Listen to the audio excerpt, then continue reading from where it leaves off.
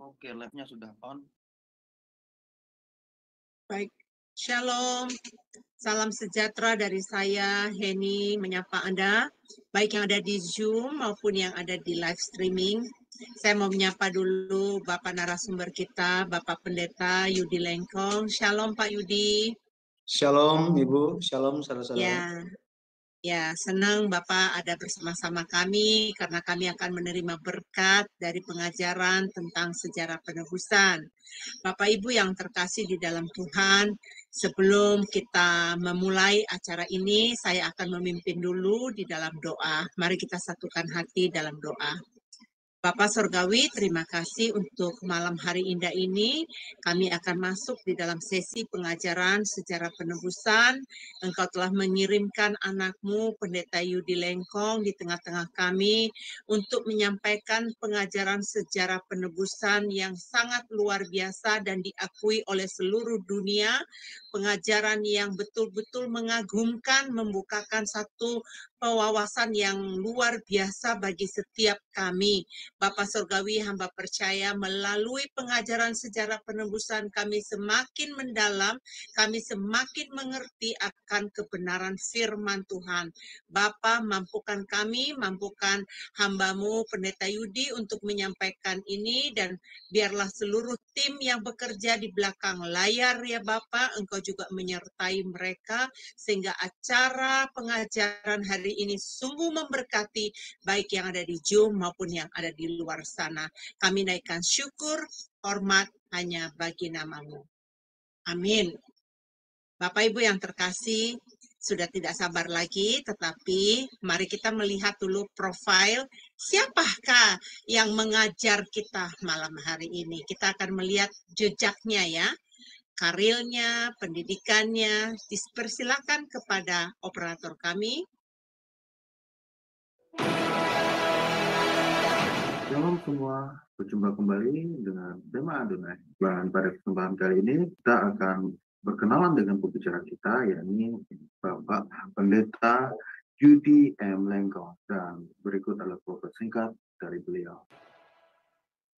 Nama lengkap Pendeta Yudi B. M. Lengkong, Eskom, MD, MTH, Demin. Beliau lahir di Manado pada tanggal 21 Oktober tahun 1979. Alma mater, sarjana komputer Eskom di Universitas Bina Nusantara, Jakarta pada tahun 2003. Master of Divinity MD di The Presbyterian General Assembly Theological Seminary, Florida, US pada tahun 2010. Doctor of Ministry Demin di Barrett Theological Seminary, Florida, US pada tahun 2015. Master Teologi MTH di STT Bethesda, Bekasi pada tahun 2021. Pelayanan Pendeta di Gereja Presbyterian Bukit Sion Indonesia di Jalan Telaga Warna 1, nomor 2, Puri Cinere, Depok. Pembicara seminar buku seri sejarah penebusan untuk Yayasan Damai Sejahtera Utama Depok. Dosen di STT Agiasmos Mission Jakarta. Terima kasih untuk operator kami. Baik Bapak Ibu yang terkasih, sudah tidak lama-lama lagi kita akan mulai pengajaran ini. Saya minta Bapak Ibu untuk membuka pikiran, maksudnya hati, fokus gitu ya. Karena pelajaran ini bahkan di sekolah STT Teologia juga tidak semua didapatkan apa yang diajarkan dari melalui pengajaran sejarah penebusan ini. Karena sudut pandang sejarah penebusan ini memang diakui baru pertama sekali di dunia. Jadi kalau di bukunya The First Time in the World ya, jadi penemuan ini untuk membuka wawasan tentang Alkitab kita, apa itu kitab Kejadian itu ya. Bapak Ibu dipersilakan, dan untuk hamba Tuhan Pak Pendeta Yudi dipersilakan.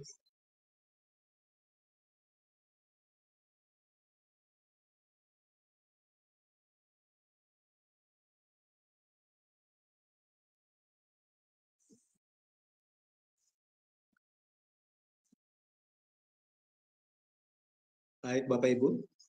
Shalom. Shalom, shalom. Ya, Mereka terima di kasih. mute soalnya. Terima kasih sudah mengikuti kelas ini, dan kita akan melanjutkan pertemuan kedua ini dengan tema berikutnya. Saya akan share screen dulu.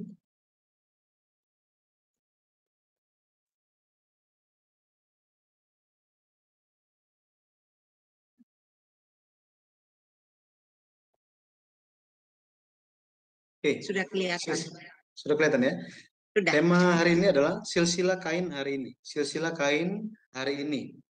Kita akan lihat firman Tuhan di Yudas 1 ayat yang ke-11. Yudas 1 ayat yang ke-11. Saya bacakan, celakalah mereka karena mereka mengikuti jalan yang ditempuh Kain, dan karena mereka oleh sebab upah menceburkan diri ke dalam kesesatan Bileam, dan mereka binasa karena kedurhakaan seperti Korah. Oke, ini adalah firman Tuhan. Jadi kita sedang membahas mengenai buku pertama seri Sejarah Penebusan, dan kita sedang masuk ke dalam pertemuan yang kedua. Jadi kita kenapa mempelajari buku sejarah penebusan? Buku sejarah penebusan ini membantu kita untuk memahami Alkitab dari sudut pandang penyelenggaraan sejarah penebusan dari Allah. Maksudnya apa? Maksudnya ketika kita melihat Alkitab, dari kitab manapun kita akan melihatnya, kita diajak untuk melihatnya dari sudut pandang bagaimana Allah merencanakan pekerjaan penebusan di dalam sejarah dunia. Dan puncak dari sejarah penebusan itu adalah Yesus Kristus datang, dia mati, mencurahkan darahnya, dan dia bangkit. Dia mati, dia bangkit, menyelesaikan masalah dosa dan maut bagi kita semua. Dan itu sebabnya ketika kita melihat pembahasan-pembahasan ini, kita akan melihatnya dari sudut pandang bagaimana Allah sedang bekerja merencanakan pekerjaan penyelamatan bagi umat manusia. Dalam hal ini merencanakan pengutusan Yesus Kristus untuk datang sebagai manusia. Nah, buku yang dibahas adalah ini, dan secara khususnya mengcover ini tentang silsilah di kitab Kejadian dari pasal 1 sampai pasal 50, mempelajari sampai dari Adam sampai munculnya Abraham. Ini seri yang pertama. Nah, baik.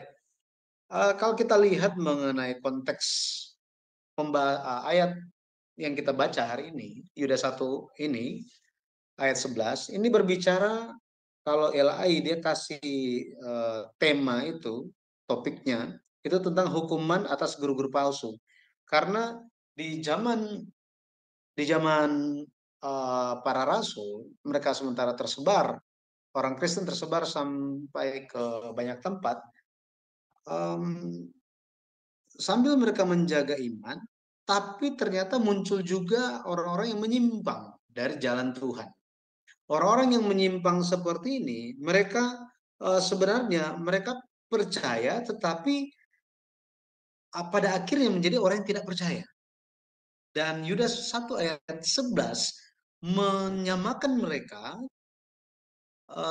dengan 3 sosok, yaitu Kain, Bileam, dan Korah.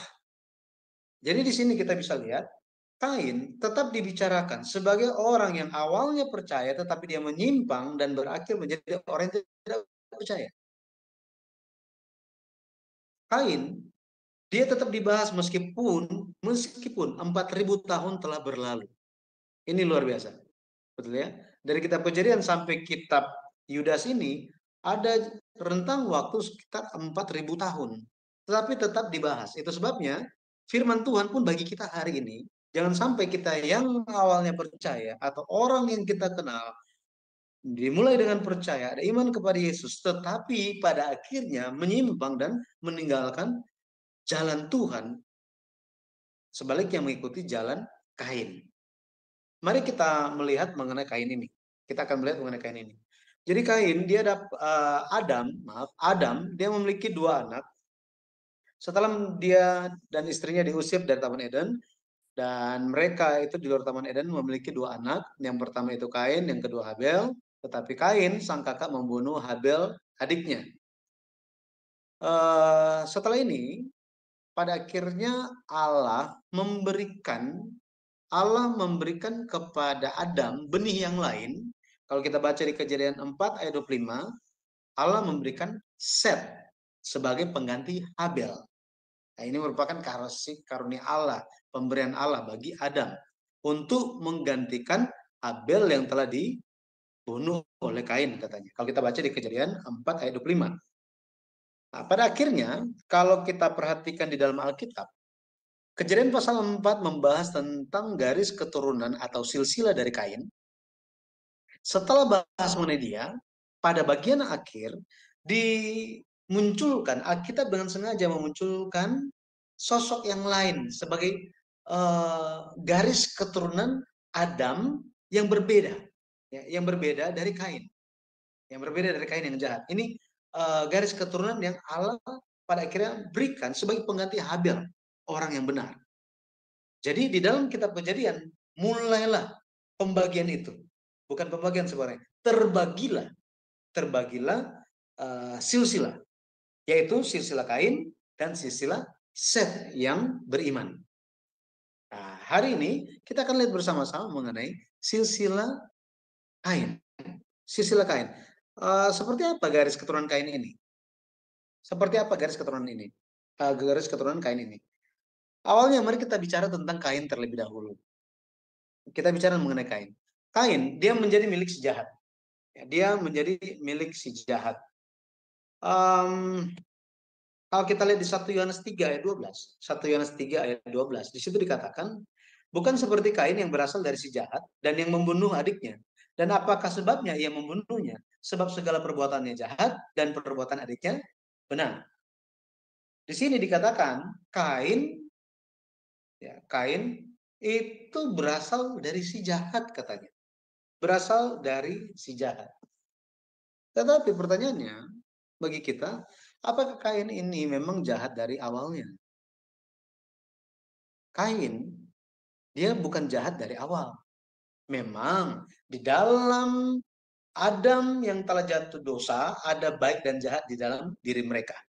Dan penampilan Kain dan Habel ini menampakkan bagaimana baik dan jahat itu ada di dalam manusia yang telah jatuh dosa.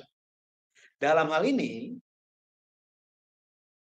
di dalam Kain sebenarnya ada baiknya juga, tetapi di dalam prosesnya Kain pada akhirnya menjadi jahat. Sedangkan Habel dia tetap mempertahankan kebenarannya sehingga dia diakui sebagai orang yang benar. Diakui sebagai orang yang benar. Maka kalau kita perhatikan mengenai Kain ini, arti namanya telah mendapatkan, telah menerima atau telah memperoleh, telah mendapatkan atau telah menerima. Ya. Kalau kita lihat di Kejadian 4 ayat 1, Kejadian 4 ayat 1 dikatakan, kemudian manusia itu bersetubuh dengan Hawa istrinya dan mengandunglah perempuan itu lalu melahirkan Kain. Maka kata perempuan itu, aku telah mendapat seorang anak laki-laki dengan pertolongan Tuhan.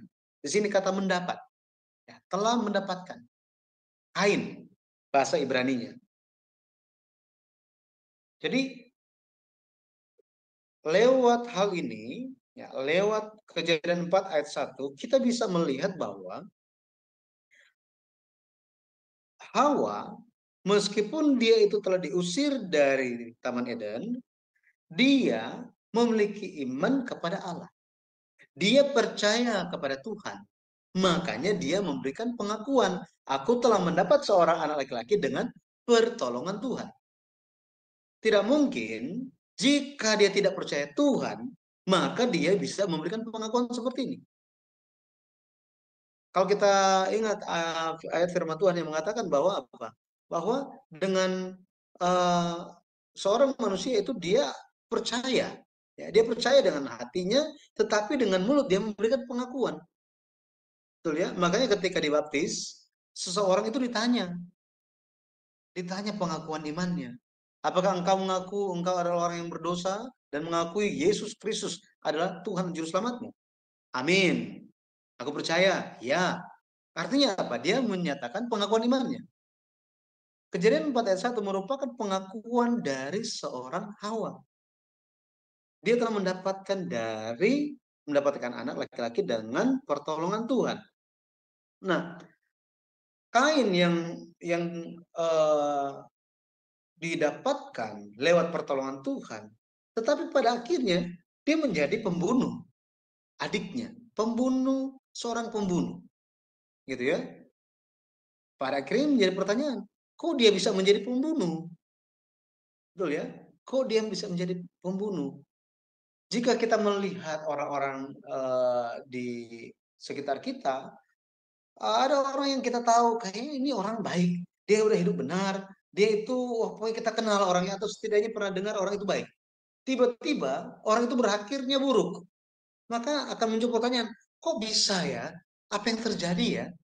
Berarti there's something on the way. Ada sesuatu di dalam perjalanannya atau dalam prosesnya, dalam proses kehidupan dia. Nah, bagaimana dia bisa menjadi seorang pembunuh? Kok bisa gitu ya? Yang pertama, karena dia kehilangan imannya. Karena dia kehilangan imannya. Pada akhirnya muncul pertanyaan, memangnya Kain sudah ditakdirkan menjadi orang jahat gitu? Betul ya? Kalau kita baca di Kejadian 4 ayat yang ketiga dan yang keempat, Kain dan Habel itu memberikan korban persembahan bagi Allah. Pemberian korban persembahan di dalam Alkitab menunjukkan suatu sikap ibadah, suatu praktek beribadah, suatu praktek untuk menyelesaikan suatu permasalahan, ya permasalahan, yaitu apa? Masalah dosa, masalah ada kesalahan, ada pelanggaran, sehingga perlu adanya suatu pendamaian, dan pendamaian itu bisa terjadi lewat memberikan persembahan, ya korban persembahan. Jadi Kain dia memberikan korban persembahan. Ini menunjukkan bahwa dia menyembah Allah. Pada dasarnya dia itu adalah orang yang memiliki iman. Dia orang yang memiliki iman. Ya. Jadi pada kenyataannya Kain yang awalnya memiliki iman berakhir menjadi orang yang kehilangan imannya. Orang yang kehilangan imannya. Maksudnya apa? Maksudnya apa? Pada awalnya dia tetap menjaga iman dia, tetap percaya kepada Allah, melakukan segala sesuatunya dengan segenap hatinya. Lama-kelamaan mulai setengah-setengah. Ini, mulai setengah-setengah. Ada istilah yang mungkin kita semua sudah familiar. Untuk mencapai, untuk memperoleh itu gampang. Untuk mempertahankan, itu lebih susah. Betul ya? Makanya Yesus menekankan, firman-Nya menyatakan bahwa mereka yang bertahan sampai akhir, itu akan selamat. Yang apa yang bertahan katanya. Artinya akan ada sesuatu hal yang terjadi, ada banyak gangguan yang akan terjadi dalam perjalanan mempertahankan iman atau memiliki iman. Harus bertahan sampai akhir. Jadi Kain pada akhirnya di dalam perjalanannya dia tidak dengan segenap hati lagi kepada Tuhan, tidak segenap hati lagi di dalam menyembah. Kalau kita bandingkan Kain dan Habel, apa yang terjadi? Yang terjadi, dia memberikan korban persembahan itu bukan yang sulung. Bukan yang sulung. Berdasarkan Ibrani 11 ayat 4, kalau kita baca, Ibrani 11 ayat 4 dikatakan bahwa dengan iman atau karena iman, Habel telah memberikan persembahan, korban persembahan yang lebih baik daripada korban persembahan Kain. Di sini adalah firman Tuhan. Ini adalah firman Tuhan yang dinyatakan bahwa apa? Bahwa Habel memberikan yang lebih baik daripada Kain. Yang baik daripada Kain. Dari mana kita tahu? Perbedaannya di sebelah mana? Alkitab tidak dicatat itu dengan sembarangan.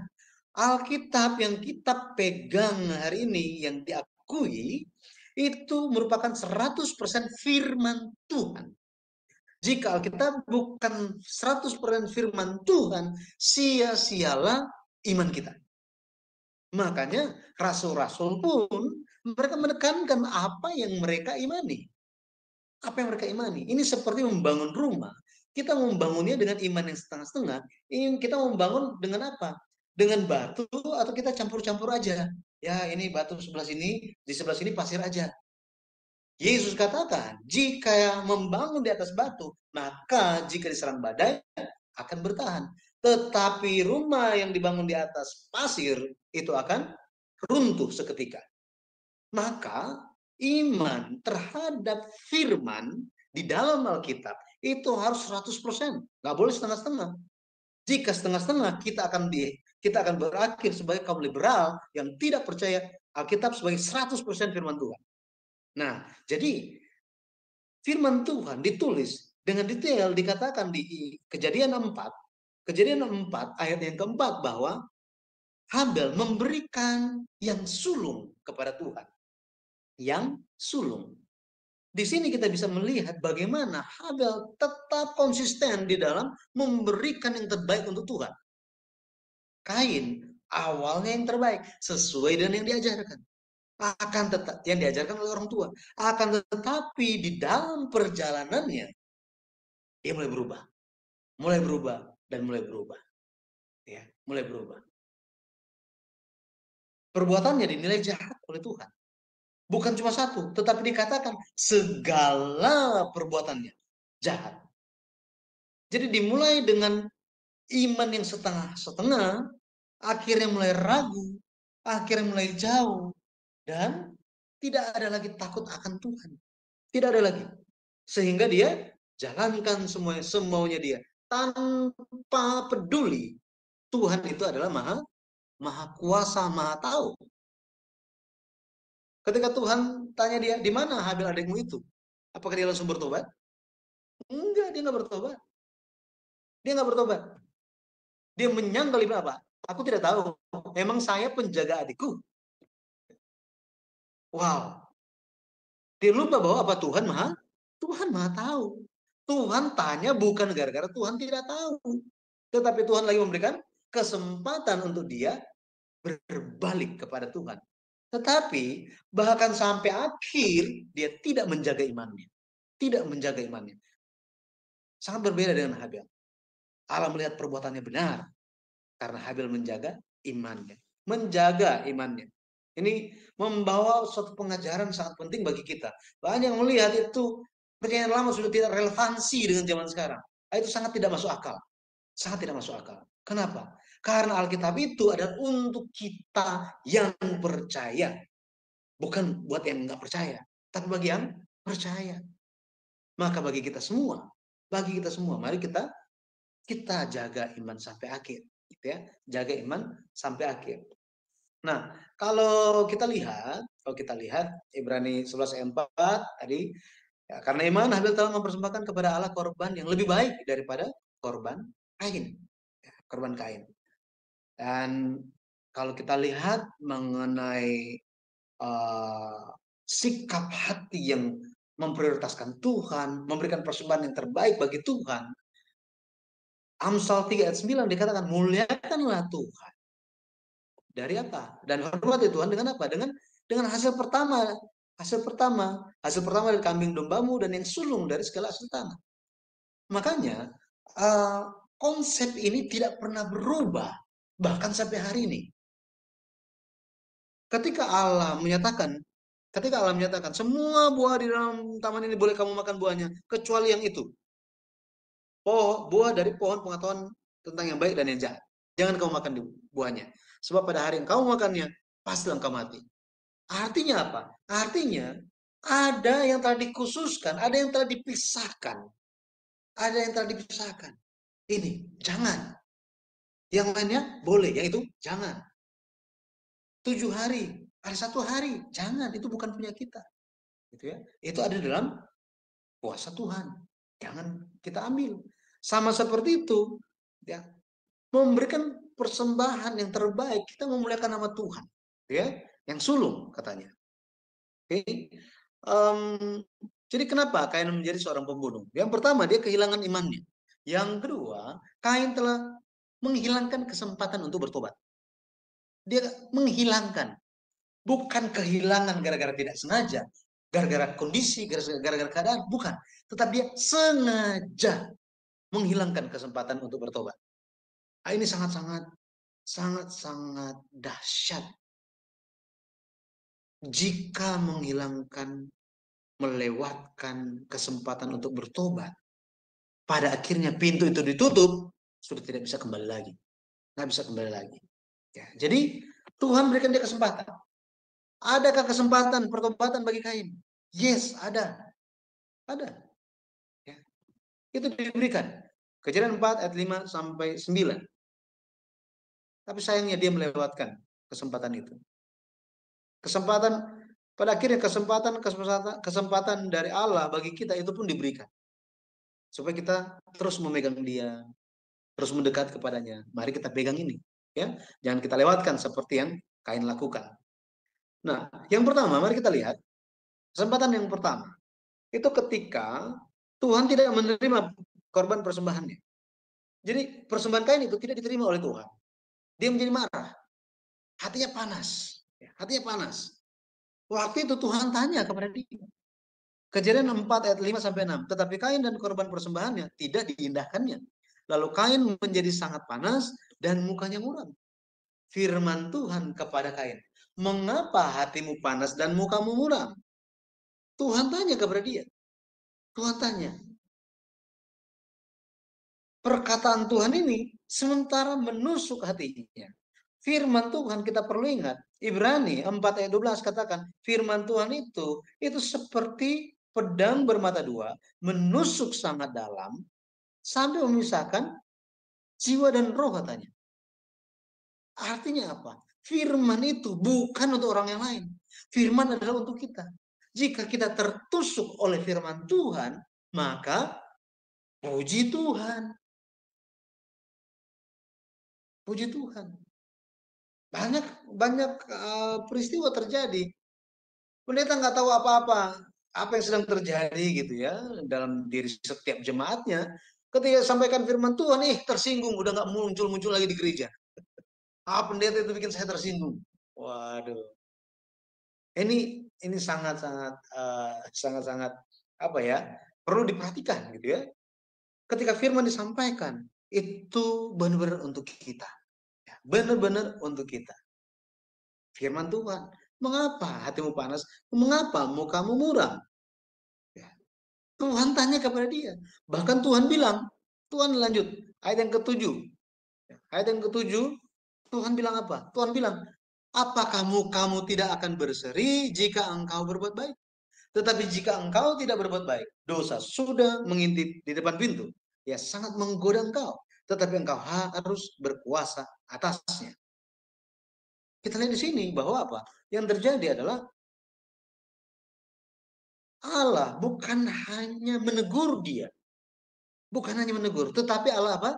Berikan solusi kepada dia. Allah jelaskan, kenapa? Ya, kenapa kamu itu menjadi muram? Kamu menjadi muram gara-gara apa? Perbuatanmu tidak baik. Apa yang tidak baik? Itu adalah imannya, sikap imannya. Itu tidak baik. Setengah-setengah. Perhitungan kepada Tuhan.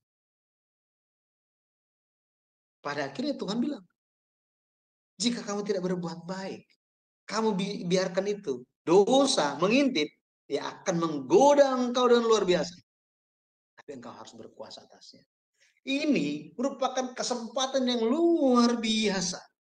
Jadi, jika dosa itu sudah masuk ke dalam pribadi Kain, seharusnya apa? Dia jangan eksekusi. Dia harus selesaikan sebelum dia eksekusi. Betul ya? Itu harus diselesaikan. Kalau pendeta Abraham Park, penulis sejarah perebusan, dia pernah bilang begini, jika burung itu ya, hinggap di kepalamu, jangan biarkan burung itu bikin sarang, katanya. Jangan biarkan bikin sarang. Jadi pikiran manusia itu tidak terbatas. Apapun bisa masuk ke dalamnya. Apa yang dilihat, apa yang didengar, apa yang dipikirkan, semua itu tidak terbatas semuanya. Gitu ya. Bisa pergi kemana-mana. Tetapi jika dosa itu dibiarkan di situ, pada akhirnya dosa itu akan bertumbuh, berakar, pada akhirnya berbuah. Jadi sebelum itu berakar, harus bertobat. Tuhan mendekati Kain. Itu merupakan kesempatan bagi dia untuk bertobat. Kesempatan pertama. Tapi dia lewatkan. Dia lewatkan hal tersebut. Ya. Kejadian 4 ayat 8. Ya. Apa yang Kain lakukan? Dia biarkan si jahat menguasai diri dia, dan dia bilang kepada Habel, adiknya, marilah kita pergi ke padang. Ketika mereka ada di padang, tiba-tiba, sangat cepat, Kain memukul Habel, adiknya itu, lalu membunuh dia. Ini ketika dosa itu berbuah, ini jadi seperti ini kan? Akhirnya maut pun itu datang kepada Kain. Ini kepada Kain. Jangan cuma lihat adiknya saja yang mati gitu ya, tetapi adiknya itu darahnya masih berbicara kepada Tuhan. Di hadapan Tuhan dia hidup, tetapi Kain yang masih hidup dilihat Tuhan itu apa? Mati. Orang yang mati.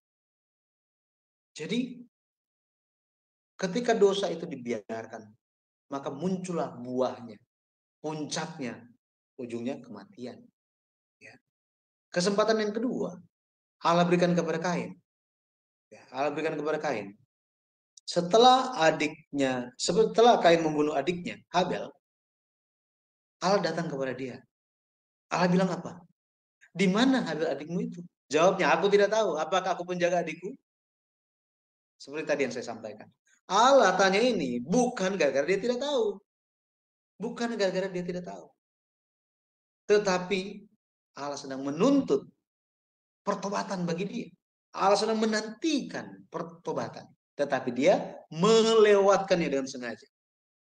Ini, Kain melewatkan, telah menghilangkan kesempatan untuk bertobat. Ya, jadi mengapa dia menjadi seorang pembunuh? Dia kehilangan iman, dia menghilangkan kesempatan untuk bertobat. Yang ketiga, pada akhirnya dia menjadi milik si jahat. Menjadi milik si jahat. Bagaimana dia bisa menjadi milik si jahat? Ya, bagaimana seorang yang dibesarkan di dalam percaya kepada Tuhan, kepada Allah, pada akhirnya bisa menjadi jahat. Ya.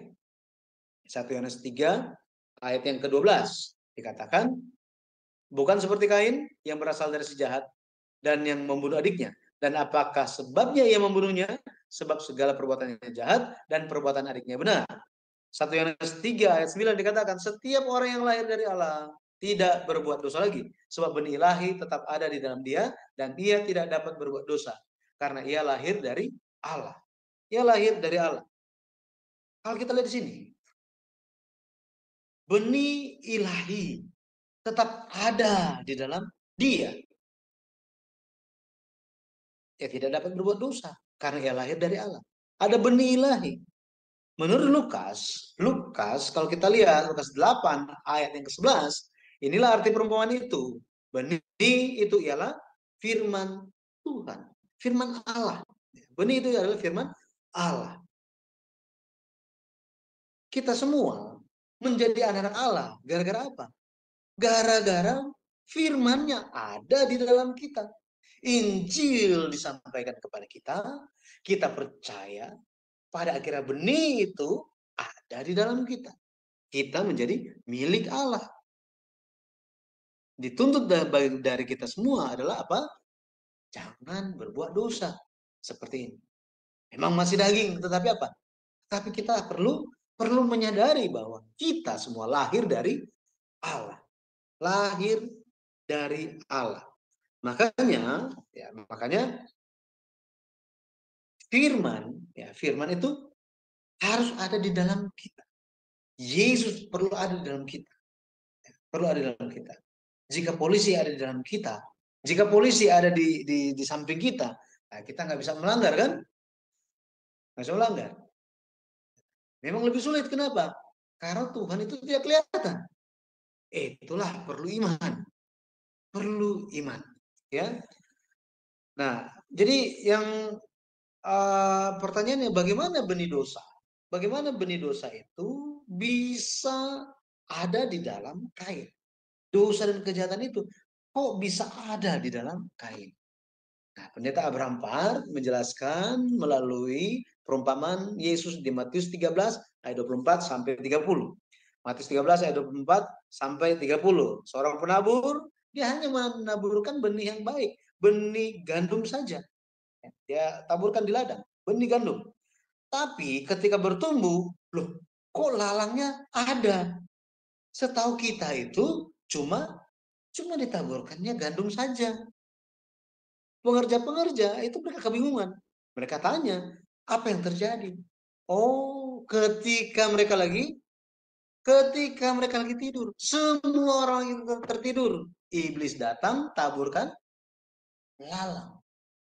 Dosa dan kejahatan itu ditaburkan. Iman Kain itu apa? Tertidur. Tertidur. Matius 13 ayat 25. Tetapi waktu semua orang tidur, datanglah musuhnya menaburkan benih lalang di antara gandum itu. Lalu pergi. Ayat 37 sampai 38. Dia menjawab, katanya, orang yang menaburkan benih baik ialah anak manusia. Ladang ialah dunia. Benih yang baik itu anak-anak kerajaan. Dan lalang anak-anak si jahat, katanya. Anak-anak si jahat. Itu sebabnya, apa yang perlu kita lakukan? Kain, dia kehilangan imannya. Dia tertidur secara rohani. Gara-gara apa? Gara-gara tidak berjaga-jaga. Ini tidak berjaga-jaga. Bagaimana supaya tidak tertidur? Harus berjaga-jaga. 1 Tesalonika 5 ayat 6 dikatakan, sebab itu baiklah jangan kita seperti orang-orang lain, tetapi berjaga-jaga dan sadar, katanya. Berjaga-jaga dan sadar. Nanti saudara-saudari bisa baca 1 Tesalonika pasal 5 secara keseluruhan. Itu suatu nasihat dan perintah lewat Rasul Paulus untuk apa? Untuk jemaat Tuhan itu berjaga-jaga, harus sadar, jangan tertidur. Karena kita semua bukanlah anak-anak malam, bukan anak-anak gelap. Kita semua anak-anak terang, katanya. 1 Petrus 5 ayat 8 dikatakan, sadarlah dan berjaga-jagalah. Lawan musuh iblis berjalan keliling sama seperti singa yang mengaum-ngaum dan mencari orang yang dapat ditelannya. Jadi kita bisa lihat Kain dia tidak berjaga-jaga. Dia tidak berjaga-jaga.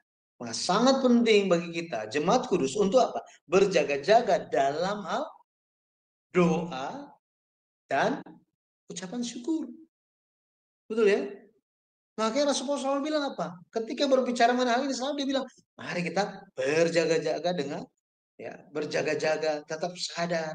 Mari kita bersyukur. Jangan lupa berdoa. Senantiasa berdoa, senantiasa bersyukur. Jika syukur terus ada, maka komplain tidak keluar, saudara. Betul ya? Komplain tidak keluar. Jika berdoa senantiasa, maka kita, api itu tetap ada di dalam kita. Semangat yang membara tetap ada. Kenapa? Doa itu merupakan cara dekat dengan Tuhan. Ulangan 4 ayat 7 dikatakan, Ulangan 4 ayat 7, bangsa manakah yang memiliki Allah, demikian dekatnya, dekat kepada umatnya, setiap kali umatnya berseru kepadanya. Jadi doa merupakan sarana, cara bagi umat Tuhan, supaya Allah itu mendekat. Tapi nggak pernah berdoa, atau jarang berdoa, sesekali saja berdoa, atau berdoa dengan ragu-ragu, berdoa dengan ya itu, gitu ya. Doa ada juga ya doa dengan basa-basi saja. Pada akhirnya akan tertidur, ya, akan tertidur. Ya, ini referensi ayatnya. Jadi Kain pada akhirnya dia menjadi milik si jahat. Dan bahayanya itu adalah apa? Dosa dan kejahatan ini tidak berhenti di Kain, melainkan apa? Terus berkembang di dalam keturunannya. Di dalam keturunannya. Kalau kita lihat, seperti apa silsilah Kain itu dimulai? Alkitab deskripsinya seperti apa? Kejadian 4 ayat 16. Lalu Kain pergi dari hadapan Tuhan. Jadi silsilah Kain itu sebelum dibahas di Kejadian 4 ayat yang ke-17 dan seterusnya, yang menjadi pembuka adalah apa? Kain pergi dari hadapan Tuhan. Pergi dari hadapan Tuhan. Jadi bukan hanya tubuhnya saja secara jasmani yang pergi, tetapi apa? Hatinya pergi menjauh dari Tuhan. Pergi meninggalkan Tuhan. Sampai hari ini nggak balik-balik. Maka kita perlu mendoakan saudara-saudara kita di luar sana supaya mereka bisa kembali kepada Tuhan, ya, kembali kepada Tuhan, kembali kepada Tuhan. Semua keturunan Kain pergi dari hadapan Tuhan. Bayangkan, pergi dari hadapan Tuhan. Kita lihat, yang pertama, Henok. Ini anak dari Kain, Henok. Namanya sama dengan keturunan Set di Kejadian pasal 5. Namanya aja yang sama, orangnya berbeda. Arti nama Henok adalah dedikasi, prakarsa, atau guru. Guru. Di Kejadian 4 ayat 17, Kain bersetubuh dengan istrinya dan mengandunglah perempuan itu lalu melahirkan Henok. Kemudian Kain mendirikan suatu kota dan dinamainya kota itu Henok menurut nama anaknya. Menurut nama anaknya. Kalau kita lihat, memberikan nama kota dengan nama anaknya, ini menunjukkan bagaimana dia ingin, ini adalah ekspresi untuk membanggakan pencapaiannya. Setelah meninggalkan Tuhan, saya pergi dari hadapan Tuhan. Saya baik-baik aja tuh. Ternyata tanpa Tuhan, saya baik-baik saja. Ya. Ini kota, saya bangun. Saya kasih nama Henok. Saya bangun sendiri ini. Nggak perlu bantuan Tuhan. Saya yang bangun. Jadi ini merupakan suatu ekspresi bahwa inilah pencapaian saya. Saya sukses setelah meninggalkan Tuhan. Makanya mungkin ada kesaksian-kesaksian yang pernah didengar gitu ya. Wah, sebelum kenal Kristus kayaknya kaya gitu kan, ada segala-galanya. Setelah percaya Yesus, jadi sebelum percaya Yesus itu ada segala-galanya. Setelah gitu ya, setelah percaya kok habis semuanya. Ternyata ikut Yesus apa? Jadi susah. Ya, Rasul Paulus juga ya, dia bilang dia meninggalkan semua kemuliaan itu, gitu ya. Hanya untuk siapa? Yesus. Karena Yesus itu lebih besar dari segala-galanya. Lebih besar dari segala-galanya.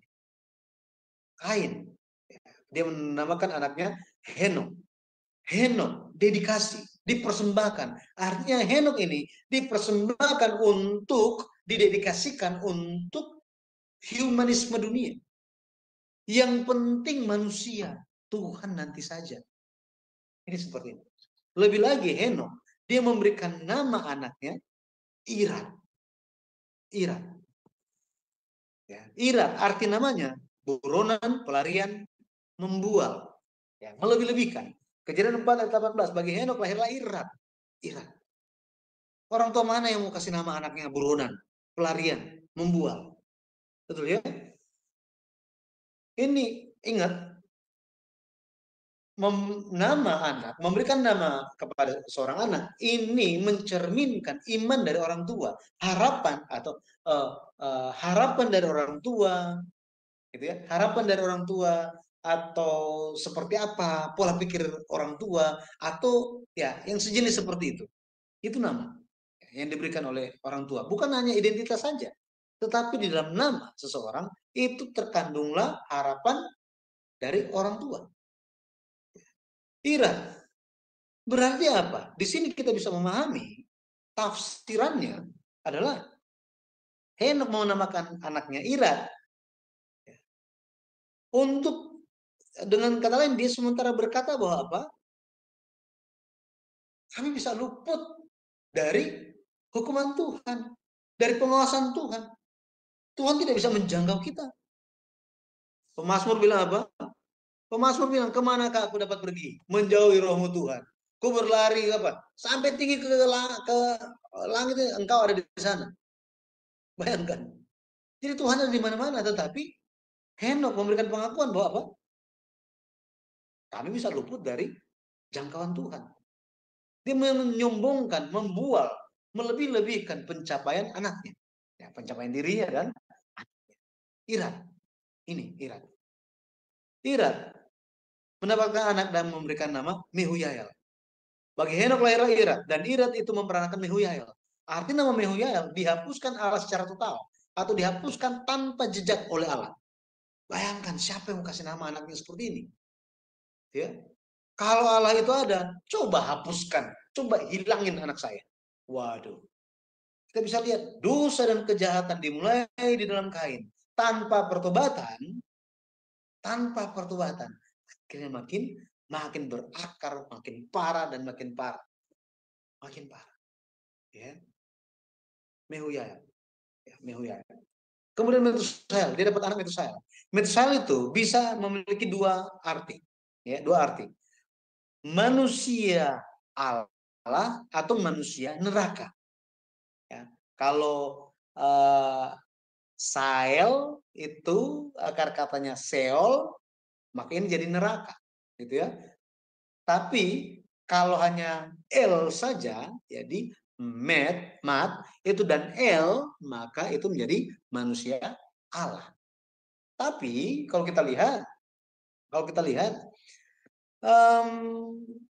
daripada menjadi manusia Allah, Metusael lebih menjadi manusia neraka. Hal ini tampak lewat anaknya. Coba kita lihat. Lamek, ya, Lamek. Kejadian 4 ayatnya yang ke 18 sampai 19 dikatakan Kain memperanakan Henok, Henok memperanakan Irat, Irat memperanakan Mehuyael, Mehuyael memperanakan Metusael, Metusael memperanakan Lamek, dan Lamek mempunyai 2 istri, Ada dan Zila. Nah, apa yang terjadi? Lamek ini dia arti namanya adalah orang yang kuat atau penakluk. Orang yang kuat atau penakluk. Gitu ya. Apa yang terjadi kepada Lamek ini? Gitu ya. Dia dapat 2 orang istri. Dia ambil 2 orang istri.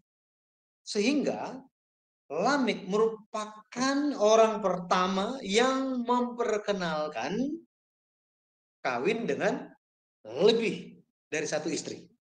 Ya. Poligami. Dia orang pertama yang memperkenalkan poligami. Ini siapa? Lamek. Ingat Lamek ada juga nama yang sama. Itu papanya Nuh di Kejadian pasal 5. Tetapi ini hanya namanya saja yang sama, orangnya beda. Ya, orangnya berbeda. Kalau kita lihat, ada istri yang pertama ini memiliki arti nama orang yang merias diri. Orang yang merias diri. Orang yang ingin terlihat cantik saja di luar tetapi dalamnya beda. Ini ada. Ada dapat anak itu Yabal dan Yubal. Yabal itu bapak peternak, kemudian Yubal ini bapak pemusik. Ini nanti bisa baca di Kejadian pasal 4. Ya, Kejadian pasal 4 ayatnya yang ke-19, 20 dan seterusnya. Kalau kita lihat dikatakan bapak, ini berarti orang yang ahli di bidangnya, orang yang sukses. Mereka yang pertama-tama berhasil di dalam bidang tersebut. Sehingga Yabal ini dia pebisnis yang luar biasa. Yubal ini dia entertainer yang luar biasa yang pertama-tama. Itu anak yang Lamek dapatkan, lihat istri yang pertama. Istri yang kedua itu adalah Zila. Arti namanya naungan, bayangan, atau berdenting. Ya, naungan, bayangan, atau berdenting. Ya, senantiasa hidup ya dalam gelap, ya, dalam gelap. Denting, denting, suara-suara yang merayu. Ini, ya, suara-suara yang menggoda, suara-suara yang menggoda. Dia dapat anak dua, yang pertama Tubal Kain, yang kedua itu Naamah. Tubal Kain dia dideskripsikan sebagai bapak tukang besi dan tembaga. Berarti sangat ahli, mereka yang sukses dalam pencapaian di bidang teknologi di zaman itu, ya, di zaman itu. Kemudian Naamah ini itu menunjuk kepada perayu, hedonis. Bayangkan, ya, nggak selesai di sini kalau kita lihat, ya, kalau kita lihat nggak selesai di sini, ya, nggak selesai bagaimana? Kejadian pasal 4, kalau kita baca ayat yang ke-23 dikatakan apa? Berkatalah Lamek kepada kedua istrinya itu, Ada dan Zila, dengarkanlah suaraku, hai istri-istri Lamek. Pasanglah telingamu kepada perkataanku ini. Aku telah membunuh seorang laki-laki karena ia melukai aku. Membunuh seorang muda karena ia memukul aku sampai bengkak. Ayat 24. Sebab jika Kain harus dibalaskan 7 kali lipat, maka Lamek 77 kali lipat. Di sini Lamek, kalau kita lihat ini sebenarnya di dalam teks aslinya menunjuk kepada suatu puisi, suatu nyanyian dengan nada. Artinya apa? Lamek sementara membanggakan apa yang barusan dia lakukan, dia banggakan itu kepada istri-istrinya. Dia bilang bahwa apa? Aku telah membunuh seorang anak laki-laki karena telah melukai aku. Aku membunuh seorang muda karena memukul aku sampai bengkak.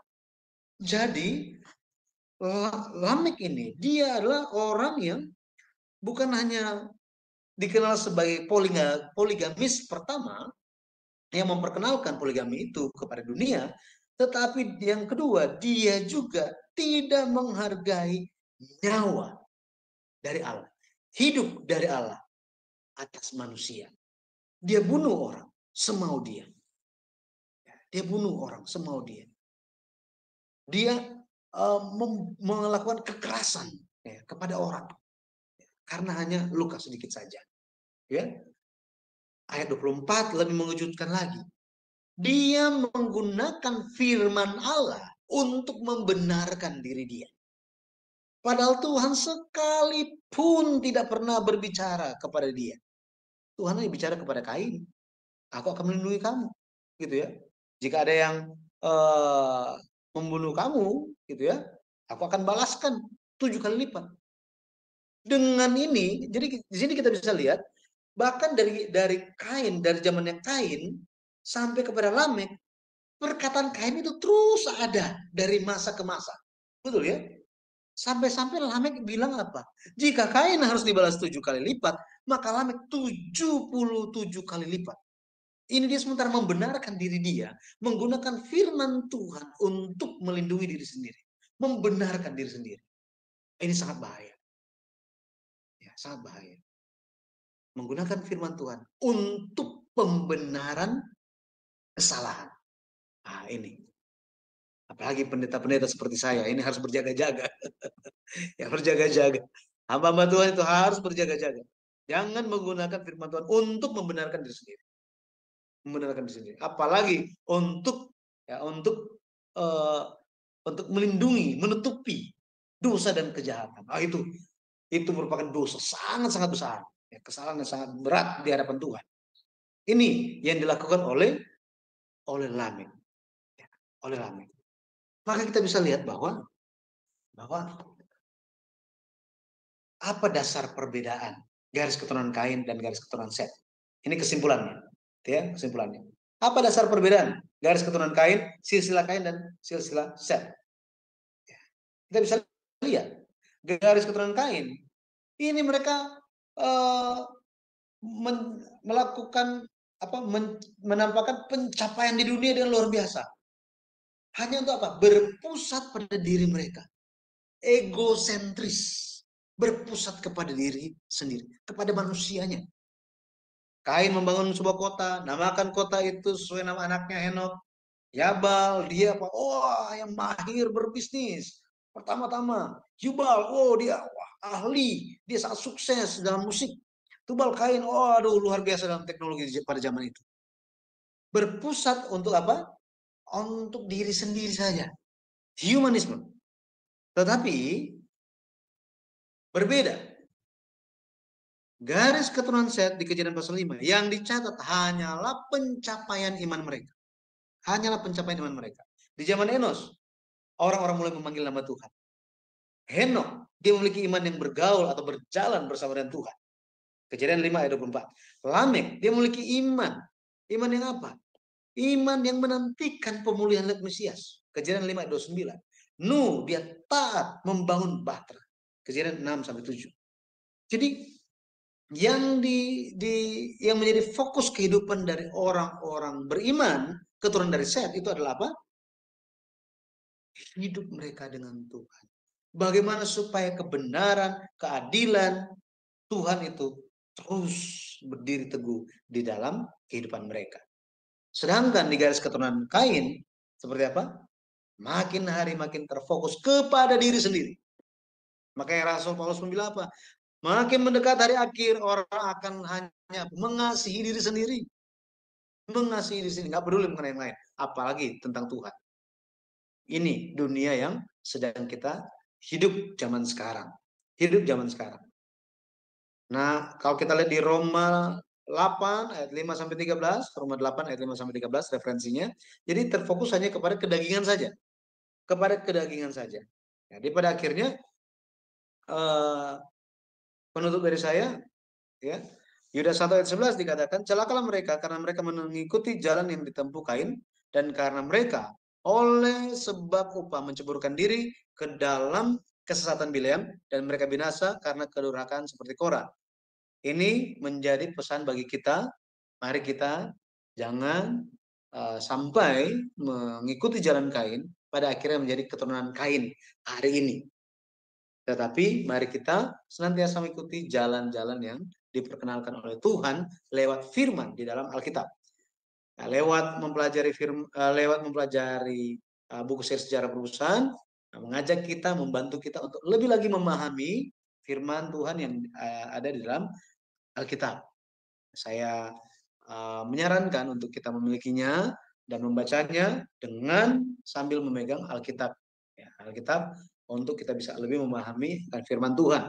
Mari kita terus berjaga-jaga, saling mendukung di dalam pekerjaan Tuhan. Semakin hari akhir mendekat. Tuhan Yesus memberkati. Terima kasih.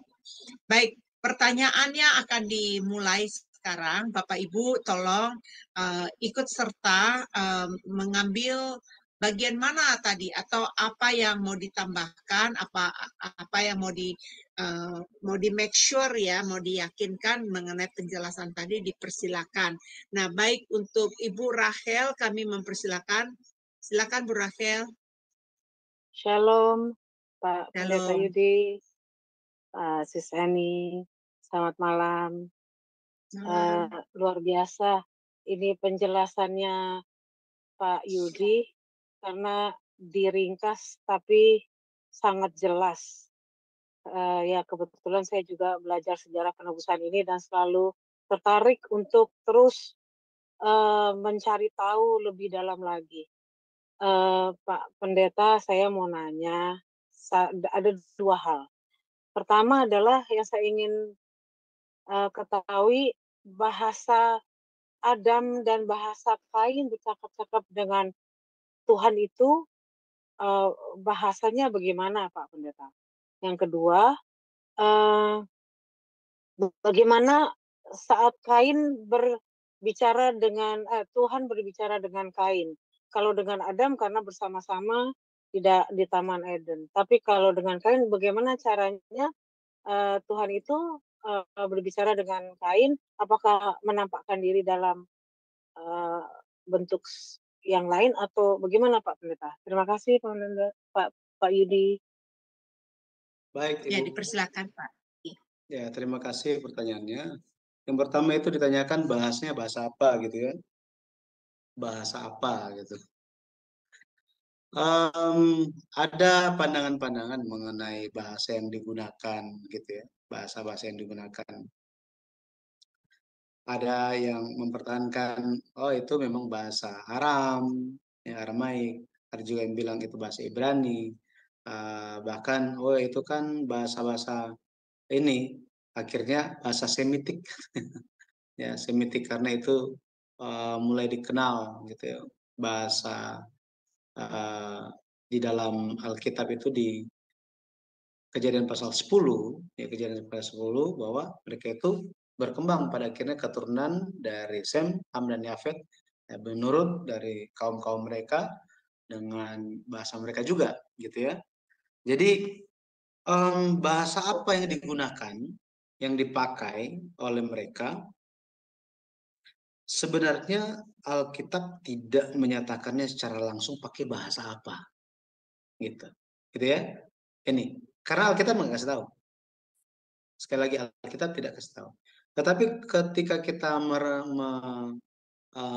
merefer atau merujuk kepada bahwa kitab Taurat itu dimiliki oleh orang Ibrani, ya, dimiliki oleh orang Ibrani, dan bahasa Ibrani merupakan salah satu bahasa tertua di dunia, dirunut-runut ke atas, maka bahasa yang digunakan itu memang orang Ibrani memiliki bahasa mereka dan dialek mereka sendiri, gitu. Dan ini bahasa-bahasa zaman dulu. Mungkin ada yang lebih ahli gitu ya, yang meneliti mengenai hal ini bahasanya. Mungkin bisa ditanyakan karena saya tidak begitu mendalami mengenai bahasa-bahasa ini dirunut sampai di mana. Dulu waktu sekolah teologi ya, dosen saya pernah menunjukkan mengenai hal itu secara penelitian teologis, tapi saya sudah lupa. Gitu Ibu. Cuma tentang bahasa itu mungkin nanti bisa dilihat lagi gitu ya. Pada mana? Kayaknya saya nggak tahu. Ya, saya harus jujur, saya nggak tahu daripada saya ngarang-ngarang gitu ya. Baik, Pak. Saya nggak tahu mereka pakai bahasa apa. Itu tetapi berdasarkan dengan orang Yahudi, orang Ibrani, maka saya melihatnya mereka memang pendekatannya itu lebih kepada bahasa Ibrani, tetapi bahasa awal-awalnya itu dikenal sebagai bahasa Semitik, gitu. Nanti lebih detailnya mungkin ada referensi-referensi yang Ibu bisa dapatkan.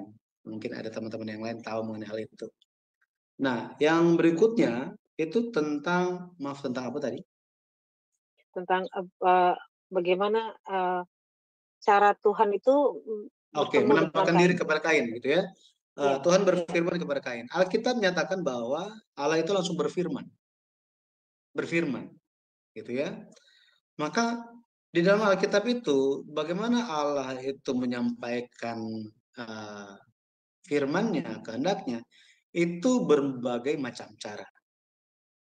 Ada lewat mimpi, ada lewat mimpi artinya dia tidur terus dia mengalami mimpi. Ada yang mengalami penglihatan, lagi sadar dia melihat sesuatu yang orang lain tidak lihat, gitu ya. Terus ada juga yang benar-benar cuma suara saja.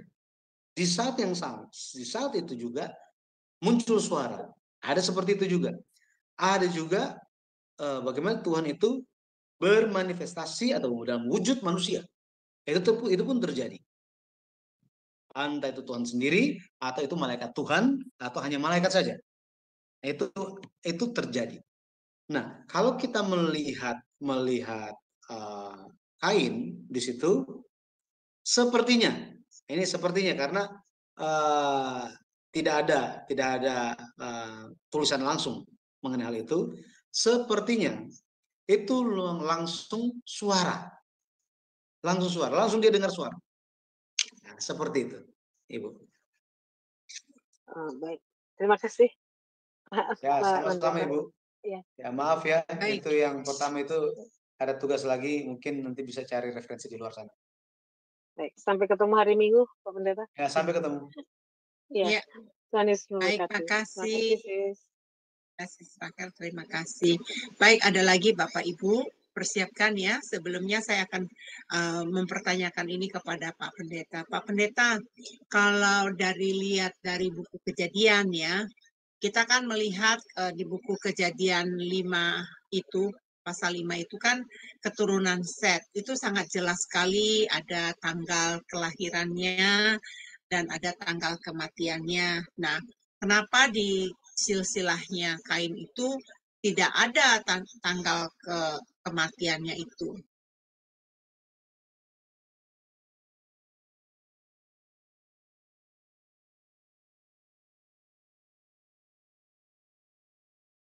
Jadi kalau mengenai perbedaan tadi, perbedaan saya singgung sedikit tentang perbedaan antara garis keturunan Kain dan garis keturunan Set, itu mengenai bagaimana mereka itu pusat atau awal pusat kehidupan mereka itu seperti apa, gitu ya. Mereka menjalani kehidupan mereka itu seperti apa. Di dalam buku Sejarah Perebusan, ini saya tidak bahas semuanya, tetapi Bapak Ibu bisa mendapatkan di dalam bukunya itu, pada bagian-bagian akhirnya, itu ada beberapa hal yang membedakan mereka, yang sangat kentara. Itu bagaimana mereka, kalau keturunan Kain itu memulai dengan pergi dari hadapan Allah, sedangkan keturunan Set itu dimulai dari Allah. Ya, keterangan itu ada di Lukas, referensinya ada di Lukas 3 ayat 38. Lukas 3 ayat 38. Tetapi ada pencatatan lainnya juga mengenai tahun-tahunnya. Ya, mengenai tahun-tahunnya. Pencatatan mengenai tahun-tahun sini menunjukkan bagaimana Allah memperhatikan kehidupan seseorang. Gitu ya. Memperhatikan kehidupan seseorang. Masa hidup seseorang. Allah memperhatikan mereka. Maka garis keturunan Set itu, Allah memperhatikan kehidupan mereka. Sedangkan garis keturunan Kain, Allah tidak perhatikan. Allah tidak tertarik kepada mereka. Kenapa? Karena mereka benar-benar menjalankan kehidupan yang sepenuhnya menjauh dari Tuhan, dan pada akhirnya mereka hilang sama sekali. Tuhan tidak bahas sama sekali mengenai mereka. Tidak dibahas sama sekali mengenai mereka. Ya, memang ada yang tanya juga, itu nanti masih ada lagi nggak keturunan mereka?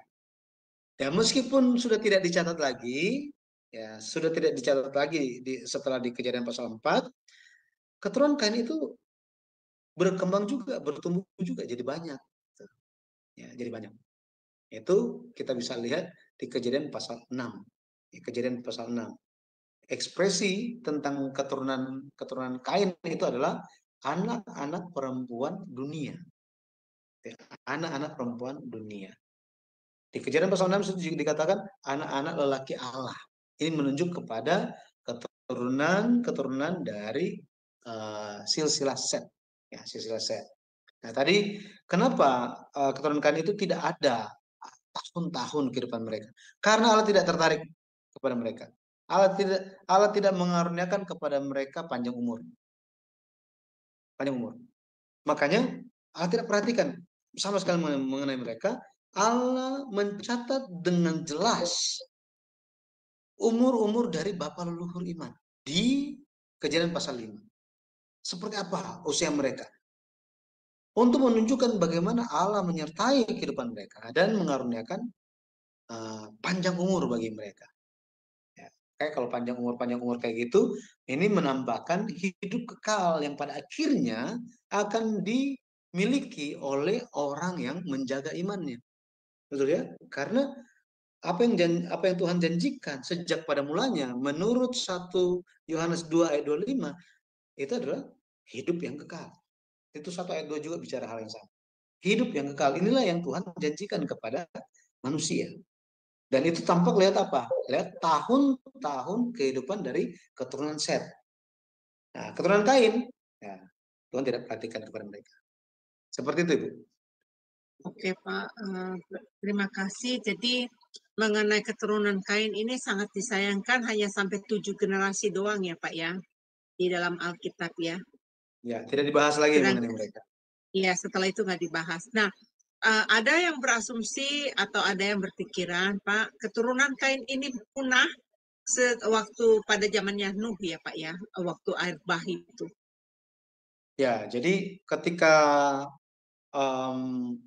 manusia itu tambah banyak di bumi, kemudian dosa itu memenuhi bumi, udah penuh. Kalau kita baca di Kejadian pasal 6 dikatakan bumi itu sudah rusak katanya.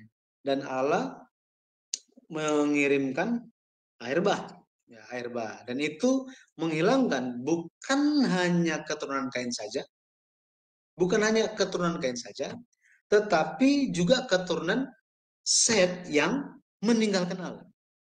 Makanya dikatakan di kitab Petrus dibilang apa? Hanya 8 yang selamat katanya. Hanya 8 orang yang selamat oleh dari air bah itu. Keluarga Nuh. Nuh, istrinya, 3 anaknya, dan 3 mantunya. Hanya mereka yang selamat. Maka mungkin bisa berkembang lagi. Oh, berarti keturunan Kain, dosa dan kejahatan di dalam keturunan Kain yang sudah memuncak itu, sudah mempengaruhi bahkan orang yang beriman, banyak orang yang beriman yang jatuh juga, berarti sudah selesai dong semuanya. Kan air bah sudah singkirkan mereka. Berarti arus sifat dosa dan kejahatan itu berarti sudah hilang semuanya oleh air bah. Apakah seperti itu? Oh, ternyata enggak. Ternyata enggak. Dosa dan kejahatan, sifat dosa dan kejahatan, karakter-karakter itu muncul lagi lewat siapa? Lewat Ham dan keturunannya. Lewat Ham dan keturunannya. Makanya di situ muncul beberapa orang, ya, salah satunya Ham, dia melakukan kesalahan. Kemudian ada salah satu dari antara keturunannya, yaitu Nimrod. Nimrod, dialah yang membangun Menara Babel. Dialah pemimpinnya. Dialah pemimpinnya. Dan ini merupakan sikap yang menantang Allah.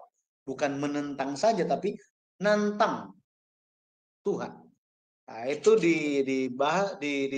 dibahas dengan lengkap di buku silsilah kitab Kejadian, bahwa apa? Meskipun sifat dan meskipun keturunan Kain itu hilang, punah oleh karena penghakiman air bah, tetapi sifat dosa dan kejahatan itu muncul lagi di zamannya Ham dan tampak dengan jelas lewat Nimrod. Setelah ini pun waktu berlalu tampak lagi lewat siapa? Lewat Ismail. Lewat Ismail tampak. Terus apa? Tampak lagi lewat siapa? Lewat Esau. Di zamannya Yesus tampak lewat siapa?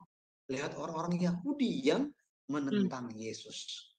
Zaman sekarang siapa? Nah, ini siapa? Ya, jadi siapa yang menentang Tuhan? Siapa? Bukan mereka yang nggak percaya Tuhan. Betul ya? Mereka yang percaya Tuhan tetapi yang menantang Tuhan, itulah. Betul ya? Makanya tugas kita benar-benar harus berjaga-jaga. Berjaga-jaga. Karena kedatangan Tuhan kembali bukan untuk orang yang berdosa. Tetapi di dalam kumpulan yang benar, Tuhan mulai keluarkan yang jahat. Ini kan yang dicatat di Matius pasal 13. Ya. Dalam dari kumpulan orang-orang benar, lalang itu akan dicabut. Yang jahat itu akan dicabut. Kenapa? Karena Tuhan hanya datang bagi yang menanti Dia. Tuhan akan datang kembali. Menurut Ibrani 9 ayat 28, tidak akan menanggung dosa lagi. Cukup satu kali aja. Ketika Dia datang kembali, tidak ada urusan dengan dosa. Makanya kita harus berusaha di dalam Tuhan, hidup di dalam Yesus Kristus, di dalam firman-Nya, supaya apa? Kita menjauhi dosa. Jadi orang kudus, terpisah. Ya, makanya selalu lewat kesempatan-kesempatan yang baik ini sangat membantu kita, ya, untuk tidak berjalan di jalannya Kain. Ya, Ibu. Ya, makasih banyak. Terima kasih. Yudi. Ini teman-teman ada yang mau bertanya apa tidak? Kalau tidak ada, kita akan tutup closing ya. Mungkin sebelum tutup closing, nanti Pak ini juga bisa menjelaskan kepada kita kenapa umur dari Kain itu semakin menurun ya Pak ya usia mereka ya. Maksudnya dari usia-usia itu Pak, dari Adam sampai ke Abraham ya, itu makin menurun usia-usianya. Apakah itu dijawab nanti di minggu depan, terserah. Kalau memang ini nggak masuk di dalam jawabannya, nggak apa-apa. Tapi ada yang concern mengenai usia-usia itu. Kenapa makin berkurang gitu. Ya Ibu, nanti kita akan membahas mengenai hal tersebut. Kenapa? Mungkin tadi Ibu maksudnya itu adalah keturunan dari Adam, gitu ya. Adam sampai Nuh. Setelah Nuh itu sampai kepada Abraham.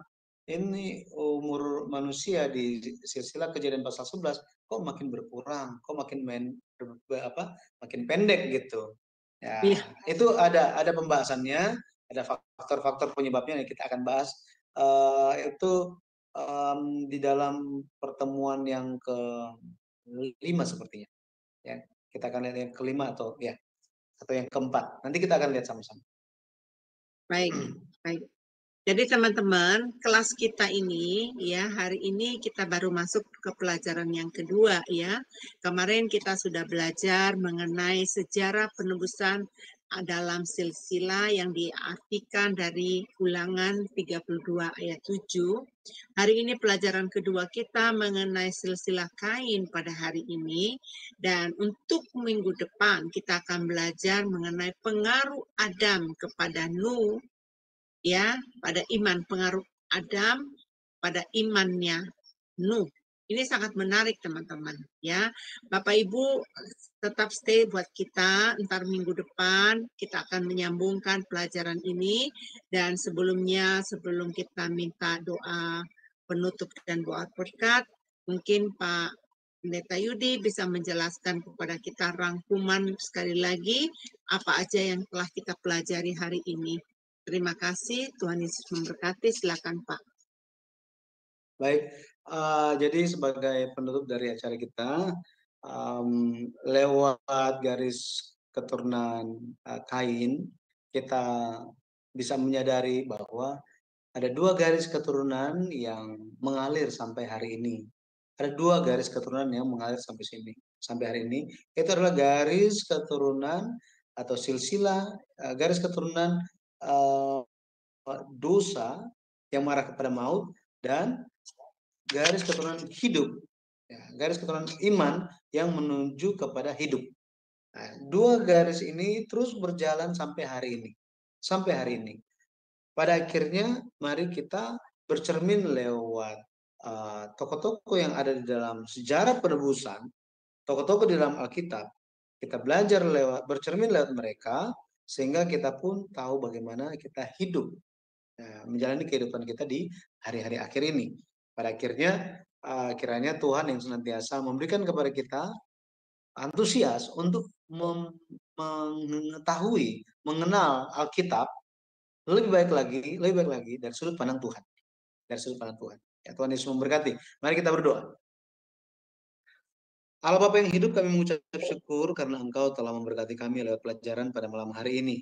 Kami memohonkan biarlah Engkau yang akan terus bekerja di dalam kami, Roh Kudus-Mu yang menuntun kami, bekerja dengan kuat dan terus menuntun langkah kaki kehidupan kami. Pada akhirnya kami tidak mengikuti jalan Kain, sebaliknya kami mengikuti jalan-jalan iman, jalan-jalan kebenaran yang Kau ajarkan kepada kami ya Bapak. Tolong kami semua supaya kami terus bersemangat untuk mempelajari sejarah penebusan-Mu, dan lebih lagi kami bisa mengajak dan membawa banyak jiwa untuk lebih bertumbuh di dalam iman dan pengenalan akan Tuhan lewat firman di dalam Alkitab. Terima kasih ya Bapak, Engkau yang kiranya memberkati setiap orang setiap saudara-saudara yang membantu di dalam terjadinya atau terwujudnya kelas ini dan bisa berlangsung dengan baik. Biarlah Engkau yang mencurahkan kasih setiamu kepada mereka dan mencurahkan berkat dalam kehidupan mereka, sehingga biarlah setiap hal yang kami lakukan ini menjadi berkat bagi banyak orang. Terima kasih ya Bapak, bagi kami semua yang mengikuti pelajaran ini.